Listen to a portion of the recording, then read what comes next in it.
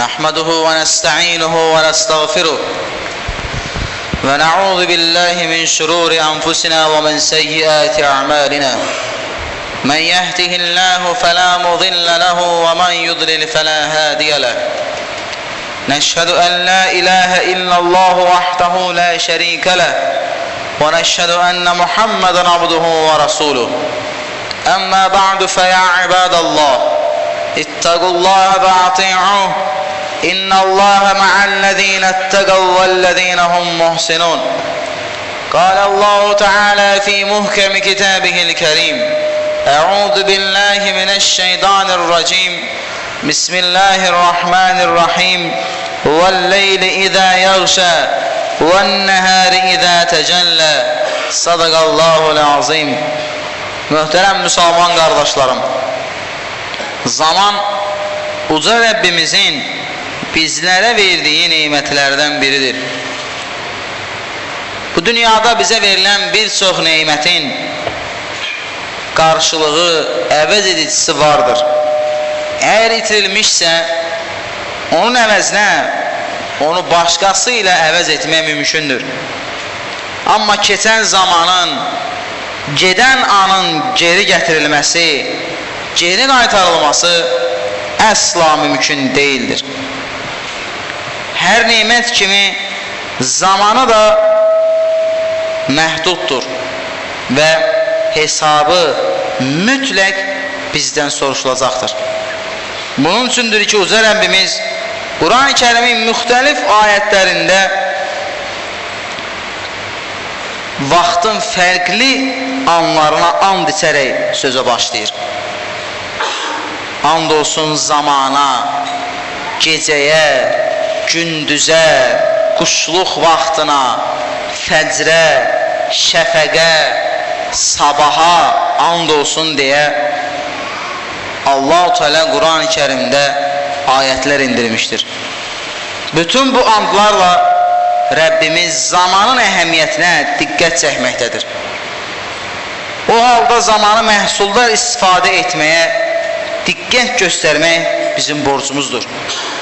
Çünki axirət həyatı ilə əlaqədar hər cür qazanc məhz bu zaman dilimində əldə edilir. Cənnət nemətləri və ya cəhənnəm əzabı bu dünyada qazanlar. Allah-u Teala Quran-ı Kərimdə Fatir surəsinin 36 və 37-ci ayələrində buyurur: kafirləri isə cəhənnəm odu gözləyir.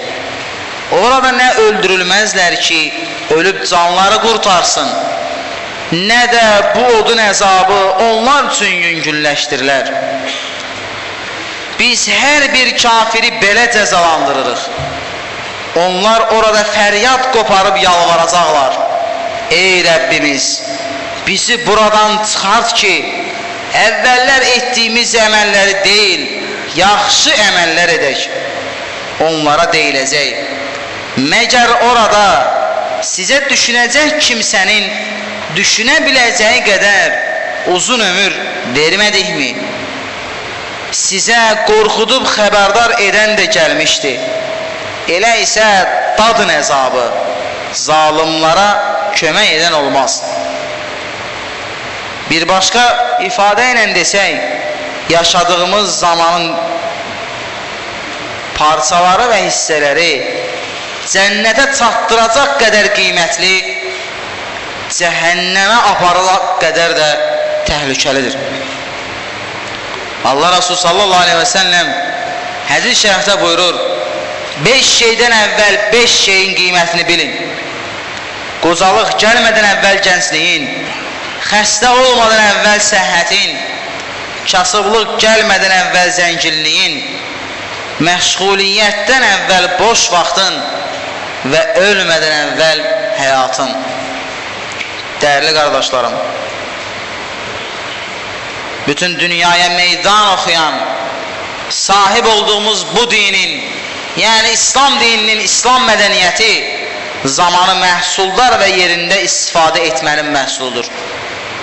Müsəlmanın günü sübhdə əzan və ibadətlə başlayar, şamda əzan və ibadətlə, yəni işada əzan və ibadətlə sona çatar.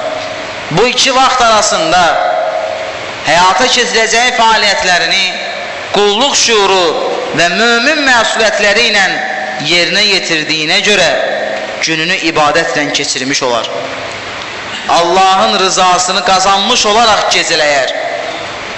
Zamanımızı qiymətləndirmək hususunda Rəbbimiz buyurur: yuxunuzu bir istirahət etmə səbəbi etdik. Gecəni sizi örtən bir paltar etdik. Gündüzü də dolanışığı təmin zamanı etdik. Dəyərli qardaşlarım, yaşadığımız anın dəyərini bilək.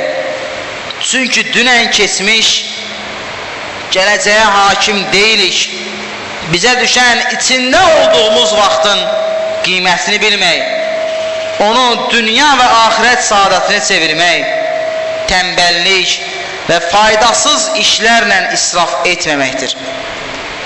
Hər nimət kimi zamanın da məhdud olduğunu və hesabının bizdən soruşulacağını unutmamalıyıq. İnsan həyatı bir səfərə bənzəyir. Bu səfərin sağlam davam etməsi və istənilən hədəfə çatıla bilməsi üçün tədbirli, planlı və diqqətli olmaq lazımdır. Hər səfərdə olduğu kimi bu həyat səfərində də təhlükələr, azmalar, tələlər ola bilər. Bunun üçün lazım olan hər cür xəbərdarlıq, tövsiyə və əmirlər uca Rəbbimizin kitabında və Rasulullah sallallahu aleyhi ve sellemin həyatında mövcuddur.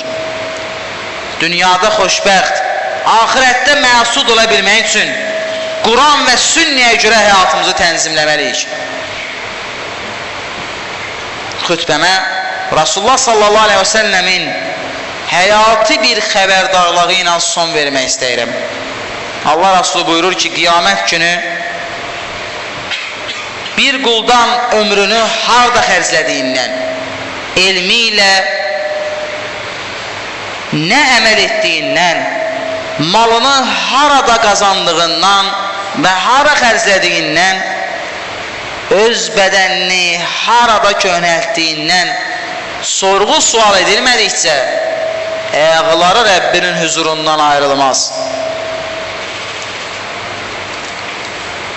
Ələ innə əhsənəl kələm və abləğəl nizam kələmullahil məlikil azizil alləm və idə qur'əl Qur'anu fəstəmi'u ləh və ansitu ləalləkum turhamun.